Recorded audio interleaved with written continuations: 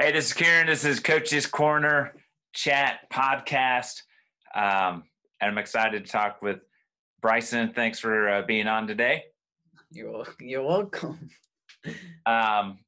Bryson is my youngest son. I have 3 kids. So I have 2 boys and a daughter. And Bryson is in his senior year at Middletown. Played soccer this past year for the high school, and he said to me a couple weeks ago, he said, "Dad, you keep putting all these things out, podcasts and stuff like that. When are you going to start talking to some players and such?" And so I thought, hey, this would be a great opportunity to kind of chat it up and what have you. So Bryson's been cool enough to hop on here with his papa. So Bryson, give us some background, like how long have you been doing soccer and all this kind of stuff? Okay. I've been playing for a while, since I was like, I don't know, 4, 5, starting way back in Candy League. And ever since then, it's just kind of been my thing, my go-to. It's kind of what I'm known for, like, oh, he's the soccer player, Yeah, so a while, probably like 10 years. So with your senior year just wrapping up, what was the experience of high school soccer for you? Was it something that you're glad you did, or what was the experience overall? I'm bittersweet about it. Like I love the experience. I love my teammates, love my coaches. But there were some, trials and tribulations that tend to there's some drawbacks to it. And just what were some of the drawbacks?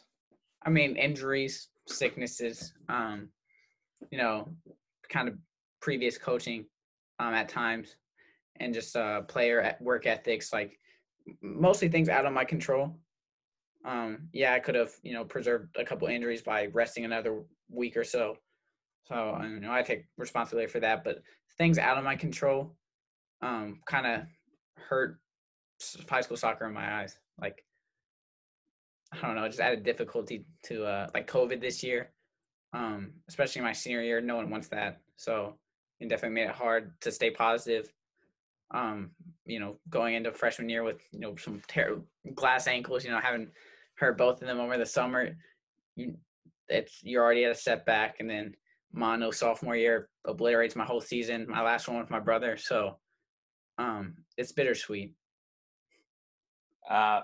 So you brought up COVID this year. What kind of effects did that have on, I've shared with people, but what kind of things that share with the people that don't know about our program? What did the COVID experience do for our program this past fall? In my 4 years, even being hindered by COVID, this was the best our team had bonded. This was the most players we had coming out to, conditionings. They were intense. They were better than our past conditionings. And there was like a sense of like people were buying in this year. It didn't feel like an after school curriculum or extra school activity. It was just like you came out here and there was the goal that we wanted to be good. Whether we would get there or not, if you see a record based off wins, you probably say no. I think we came pretty close. I think COVID hurt, but I think we had a lot of improvements. And it's definitely like a huge step in the right direction. I think without COVID, Middletown would have been a force to be reckoned with. What things, like, and specifically, what did the COVID? What things did you guys have to deal with? Like, in terms of, was there cancellations, shutdowns? What did this program? What were the things that were put on the program itself? So we were allowed to start trainings or conditionings June 1st, and it wasn't like a normal conditioning. We were set up in groups of 4. Each group had about 9 or 10 players in it. All were 6 feet apart, and from there we had 4 coaches. And each coach would have one group, and they would run you through, the conditionings. We had some groups that were stronger than others, so their conditioning might have been tuned more difficult, and we had weaker groups where it would be a little bit more lenient with, the time or how fast, how many. Um, that being said, like all the program worked really hard, no matter the difficulty. And kids stepped up to the challenges. Some kids got moved groups, whether up or down. There wasn't really like the better kids are here. It was more of kind of like you know, a grade thing, but there was at a time that you could tell there was a physically stronger and weaker group. Mm-hmm. And so you kind of like, I don't know, me, I just wanted to be the best in my group. The strength wise, not my strong suit, but I think fitness, it was always a thing for me. So when I see someone else start catching up on me, it was like, oh, I want to beat them. It wasn't set up as a race, but that's what it felt like. It was like a competitiveness between all of us, but it was like mutual respect. And then we were allowed to get touches on the ball. And even that, every time before practice, coaches would spray down, wipe, they'd show up early, spray down all the cones, all the balls, everything. After practice, they do the same. And we weren't no contact, so it was probably like 15-yard passing drills, rondos, things like that. And then we moved on to full practices / conditionings again. We're allowed contact, and that was for a short while. And then we got like our whole district shut down sports for 3 weeks before our season, so we didn't get tryouts. They opened up sports for us again. Tryouts on Saturday, game on Tuesday. So, I mean, losing 3 weeks of preparation definitely hurt. Yeah, the COVID thing was a pain. And it sounds like every year that you've had, like your freshman, sophomore, junior, senior year, you've had some type of obstacle. This time, not so much like specifically you didn't get sick, you didn't get injured. So that was a bonus. The other thing, and this is why I was excited to talk to you about this, was when I got the opportunity to interview for this position and talk to it, I came to you and I said, Bryson, I may end up becoming the varsity coach at Middletown. Would that be something you'd be on board with? And I even said, like, if it was something that would, bug you, I would do something else. So what experience, what was it like, and I'll share my 2 cents being the dad in the mix, but what was the experience like having your actual dad as the coach of your soccer team this year? Yeah, I didn't think it was, I mean, I actually, a lot of the teammates asked me, like a lot of my teammates had come to me and were like, what do you think about, your dad being this? And ultimately, it was about, this will expand our program. It will make you guys 10 times better. All 3 of our seniors have all worked with you. Obviously you've been my coach basically my whole life. Same with Enrique, same with Mason Durth. You were always a coach in his ear, training him and helping him. So all 3 seniors had you. We all know what you can do and what you bring. So it'd almost be selfish of me to, because you're my dad, and that was never an option. I always wanted you to be the coach. But all 30, 38, 40 of us, they deserved a coach like you. So if it came down to me, I was always on board with it. I was like, I will say this, there was kind of a social aspect, my friends were, we're teenagers. So for a while there, I'm like, oh, maybe it'll be like a little awkward. But as soon as we got in the first conditioning, first time all the boys were together, it was me, we were all there. It was completely fine. Everything ran smoothly. We had a good relationship with the players. You knew all my friends, like we were all good friends, even the coaches. We have some younger coaches who I think is great for the program. We all love them, a little banter here and there between the players and coaches. I think it's good for the environment. I think the cool thing for me being my first year was always having you to share your 2 cents, because you're the one that was out there on the pitch the majority of the time. So it was really cool. I think after games, you were like my player on the field, or my coach on the field, I guess. So it was always really cool to get your feedback on that. And I think for me, I thought you handled it really well, because like you said, when you were on the field, it was just business. So you worked to be the best in your group at whatever it happened to be at that time.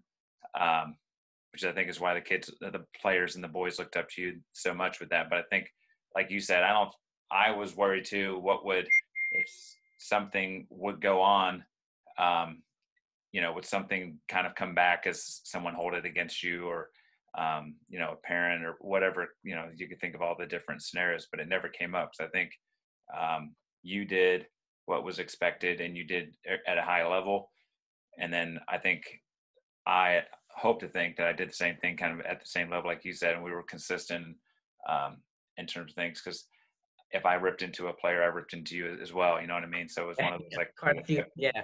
the coaching uh, wasn't like hopefully too much geared away from just you because you were my kid and what have you. But so uh, in in the big in the big scheme of things, uh, do you? Here's the big question: what are now that your high school is over? So this is the big thing. I think a lot of kids. And this would be awesome for other coaches to see. Is so you've gone through 4 years of high school, semester to go. What things? So you're looking toward the future a little bit. What kind of things are you right now kind of looking at choice wise and looking forward to? I think the main one is whether or not I want to play college soccer. Because soccer has been, my passion. It's been my go-to thing all my life. Um, I almost feel like I'd be kind of like empty or lost without it. Like I don't know what I would do. I'd have so much more free time. I have to definitely pick up some more hobbies, and hopefully they're good things like maybe basketball or like something to keep me active, exercising. Um, but it's also like high school has had its ups and downs. It's been a roller coaster, and with that comes stress of managing school and the social hierarchy that is high school. So there's a lot of anxiety and ups and downs, high emotions throughout the season. And I just know that college is a big step up, and college coaches will tell you that there is a new amount of takes more focus, more responsibility, and there is a little bit of stress added to it. But at, that's if you love the game, you love the game, and that's just a con to it.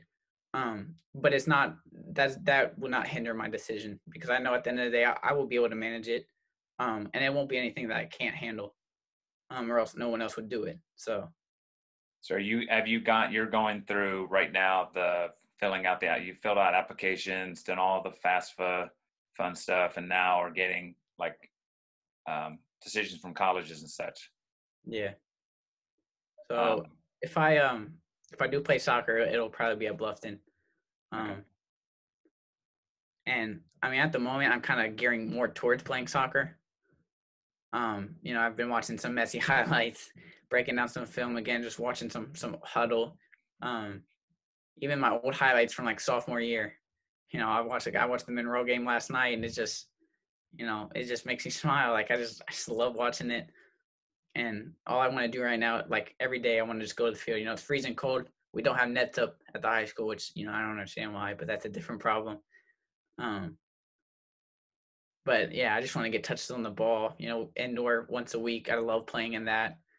Um, so yeah, I want to go to a program too, where it's like, I can make an impact instantly. I don't want to go to a program and play my junior and senior year. I want to come in my freshman year, and I honestly lead the team.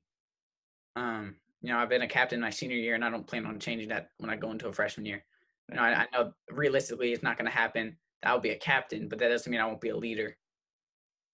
So even if the people, I want to intimidate some people. I want to come here, workout start at 6. I'm here at 5 already lifting, and I want people to look at me like, oh, he's a try hard. Like he's the kid that, he always tries his hardest, but I will also be the best. So that's kind of why, like, I want to go to college. I feel like I have a lot more to prove, have a lot more potential that, I haven't really scraped or touched. And yeah, I just feel like when I go to college, if it is to play soccer, I'll see some of that potential, and it'll just make me drive more towards it. So if you're not, what are your options? Like, so if you don't do the soccer route, what are some other options that you're looking at? Um, Either Ohio State and Miami, realistically, are the two. I've also bounced around with the potentially joining the military. It has a lot of benefits, and I always wanted to be part of something bigger than myself. So I mean, regardless of college, that military is always, I could do my 4 years and then go to the military, serve, get college paid for, get my master's, and whatever I decide to do in life, I can push on from there. And I do think that the military has a lot of life skills Um, I mean, I always loved how the military, the first thing they do is, make their bed in the morning. So at least they've done one thing right. I Hmm. would just think if you live by a mindset like that, like next play, that was my big thing this season. Make a mistake, next play. Even with the positive, sometimes you can't let it get to your head. And for some reason, the military just always strikes me as like a humble, like a get it done. But honestly, I'd probably end up going to my Miami or Ohio State if I don't play soccer. What? So you just brought up next play. So what exactly was that all about? Okay, so um, usually I would, in the past, I would, make a bad pass, turn it over, bad touch, trying to take someone one on one, get stuck, um, and I'd sit there, and then you asked me after the game, and of personal experience, like, oh, do you remember this play? And I'm like, yeah, but did you remember, the time I tried to nutmeg some kid and I bounced off a shin guard, or I tried to play a pass out to my right back and I put it out of bounds. Um, I always focused on the negative, and I couldn't focus the rest of the game. It was always in my head, like in the back of my head, like, yeah, but you just had a shocking touch, like, or you just let that defender run by you. And so this year, my big thing was next play, just get over it. Um, and so I'd go into tackles, we'd lose a 50-50. Next play, who am I marking? Like, oh, backdoor runner, that's me. I'm onto that. I make a pass, gets intercepted. Next play, go transition to defense. If they're breaking down the sideline, but I see a man running in the middle, and Enrique, our right back is going, and maybe there's a gap filling. I fill that gap. Next play, we get the ball. Next play, I'm back on offense. I get the ball, swing it, good pass. Next, like, feel like enjoy the confidence boost. Get on the ball again, make another good play, but still don't think I'm going to go out there and be the best player in the field. So I always kind of try to keep a level head. And for some reason, next play, I mean, I use it in everyday life. I miss a question on a test, next play, it's over with. I can't change that. Hmm. So I go on to the next one. And I don't know. That's really, next play is really like those two words. I mean, it sounds kind of cliche, but they really do make a difference. So like that whole, like, I mean, during quarantine, you really push like the mental game of soccer, how it's way more than the physical. And I think if teams and players wholeheartedly bought in, I mean, it changed my game completely. Um, so I think if you can get a program of kids, or even just 10 or 11 that buy in like that, it'll make a huge difference. Um, so the one thing that you've talked about is being able to control those things that you can control. When you spoke about earlier about injury, sickness, and like COVID, and even now as we work through the COVID type thing, um, has I don't know where I want to go with this. Like, how has the COVID learning experience, like educationally and such, changed for you? And what things do you miss? Like, so here's your senior year, and a lot of people talk about this. Your group, like last year, the end of junior year was a mess. Um, so what things do you feel like you're missing out on? And maybe some of the pros and cons of like type of learning that you guys are doing. I'm like a very sentimental person. I always get sad when school's over. It's another year. Um, it's another. And it's mixed emotions. I'm excited to graduate, but I'm sad. I feel like I had so much more I could have brought to the program or just my high school in general. And as a senior, I wish I would have done more things. There's a school play. Shoot, why not join it? Mm-hmm. Like looking back, there's just things I missed opportunities, and like I said, the next play, I'm over it. So I am very sentimental though, and so junior year, my favorite year so far. My favorite, some three of my favorite classes of all time were that year, and having them get cut short, and it was kind of abrupt. We knew it was going to happen, but we all thought it was maybe going to be like a week or 2 weeks off, and then never going back, never talking to my teachers over Zoom. Never, there was no sort of engagement from March to August when school started back up, and it was a whole new year. Um, and then on Zoom, it's is you get on at 7, 8 in the morning. You just wake up. There's no cold shower to wake you up in the morning. No eating breakfast. Like I roll out of bed, hop on a Zoom, and then I have like I have a study hall this period, so I don't go. So I might go back to bed. And for a while, I'd wake up in the morning, hit the gym. Then soccer started coming around, so I'm like, I don't want to we're in season. I don't want to risk like pulling something, lifting. So I stopped doing that. And honestly, it's hard to motivate myself for school. I've like gotten quite lazy. And then, I'm still like, oh, I need to get this done. And it's not that I don't get it done. It's just not that my time management flew out the window with COVID. So now I'm doing assignments at, 11:56 a.m. or p.m. when I didn't have a class from, 10 to like 6. Like I could have just done it then. But yeah, I do not like it at all. Yeah, I think it's even as for me from the teaching standpoint, it's not been easy to balance like remote versus like in school and then hybrid and what have you. So we'll just kind of wrap this up.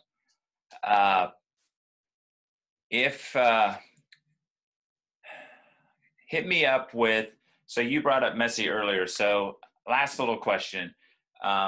Who do you try to kind of build your game around? Like, who do you think, if someone said, hey, Bryson reminds me of this type of player, who would be the one or two, maybe you have a couple that you think of that this is what I like to kind of mirror my game around? Definitely when I was younger, like Neymar. I loved a good step over, little Maradona. I just love taking people off the dribble. Body feints, step overs, anything I could. Cruyff, Ronaldo chops, elasticos, reverse elasticos. So growing up, that was it. But as I moved to high school, was physically couldn't manage to, if I take more than 2 touches on the ball, I'd end up looking at the clouds. So I kind of adapted my game. And while that's still, don't get it wrong, that's still in my bag. Mm-hmm. So, I'll get you with the body feint here and there. But I've honestly started to mirror my game off of a lot of like Thiago from Bayern. I feel like I got a decent ping on me. I like kind of picking out passes, but I also just kind of like flowing, controlling, if I get the ball and link up the defense in the offense, connect the midfield, just kind of be like always like you give me the ball, I'm just support. I can make a play happen here and there, but and I can pull some flashy, curling through ball, but sometimes I'll just get the ball, keep it simple, make a run, tell you where to go, always talking, just try and be a leader out there. Kind of similar to like Sergio Busquets, and like Toni Kroos is a big one. I know I said this at my senior speech, but Toni Kroos has one of the quotes that has resonated with me more than any other player I've ever heard. Toni Kroos said that the difference between good players and great players is that great players consistently play good. Consistently is another word that, it's like next play. It's just engraved in my head and my heart. So, Toni Kroos is a big one. He's not known. He's not the one, when Ronaldo was on Real Madrid, he was not known for, banging them home or setting Ronaldo up all the time. But when he got the ball, you knew he was going to make a good play.